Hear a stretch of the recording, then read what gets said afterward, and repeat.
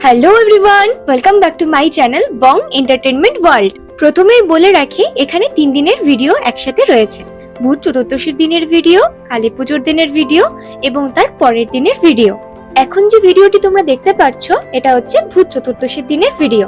বাড়িতেই যেহেতু আছি আর মা কোথাও বেরোতেও দিবে না, তাই ভাবলাম একটু ঘরে বসেই সাজগোজ করা যায়। এই যে ড্রেসটা পরেছি, এটা আমার মা আমায় দিয়েছিল 2 বছর আগে। বাট দুঃখের ব্যাপার হলো এই ড্রেসটা না এতটা লং যে আজ পর্যন্ত আমি এটা পরে বাইরে বেরোতেই পারলাম না। সেজন্য ভাবলাম আজ বাড়িতে পরেই তোমাদের দেখাই। এটার সাথে একটা জ্যাকেটও আছে, দাঁড়াও তোমাদের দেখাচ্ছি। এই যে সেই জ্যাকেট যেটার কথা আমি তোমাদের বলছিলাম। এটা হলো ব্যাক সাইড আর ফ্রন্ট সাইডটা এরকম। আমার কিন্তু বেশ ভালো লাগছে, ফুল কুচি আর ঘের দেওয়া। এখানে জায়গার জন্য আমি তোমাদের ঠিকভাবে ঘুরে দেখাতে পারছি না। আচ্ছা তোমরা বলো তো, আমার জ্যাকেট ছাড়া ভালো লাগছে নাকি জ্যাকেটটা পরে? এর সাথে ওড়নাও আছে, বাট আমার যতদূর মনে হচ্ছে এটা জ্যাকেট ছাড়াই বেশ ভালো লাগছে। ড্রেস তো পরা শেষ, চলো এবার একটু রেডি হওয়া যাক।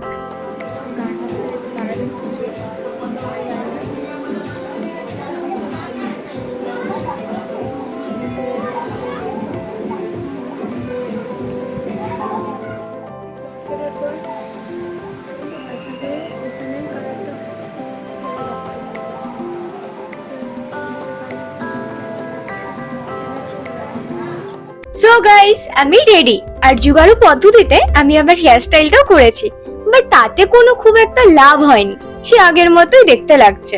তারপর নোটিস করলাম আমার আঙ্গুলটাও ফাঁকা লাগছে। কেউ তো আর আমাকে আংটি পরাবে না, তাই মনে পাথর চাপা দিয়ে নিজেই পরে নিলাম। আমি আংটি পরতে না পরতেই আংটি স্টোন দুটো খুলে পড়ে গেল। না মানে আমার কপালটা দেখছো শুধু।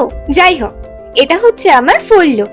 কেমন লাগছে আমার অবশ্যই কমেন্টে জানিও। কিন্তু যেহেতু সেদিন ভূত চতুর্দশী ছিল, তাই আমার বাবা সন্ধেবেলায় তুলসী পাটের সামনে কলা পাতায় আমাদের পূর্বপুরুষদের নামে 14 পাতি দিচ্ছে। তোমাদের কাদের কাদের এই নিয়মটি আছে গো?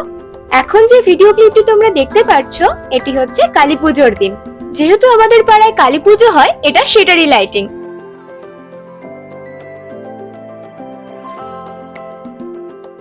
এখনো কালীমাকে নিয়ে আসা হয়নি, এটা মায়ের বেদি। এখানেই কালীমাকে নিয়ে এসে বসানো হবে। এটা আমার বাড়ির লাইটিং। এই যে সবাই মাকে নিয়ে চলে এসেছে, কি মিষ্টি হয়েছে না মায়ের মুখটা। এখন যে ভিডিও ক্লিপটি তোমরা দেখতে পাচ্ছ, এটা হলো কালী পুজোর পরের দিনের ভোরবেলার।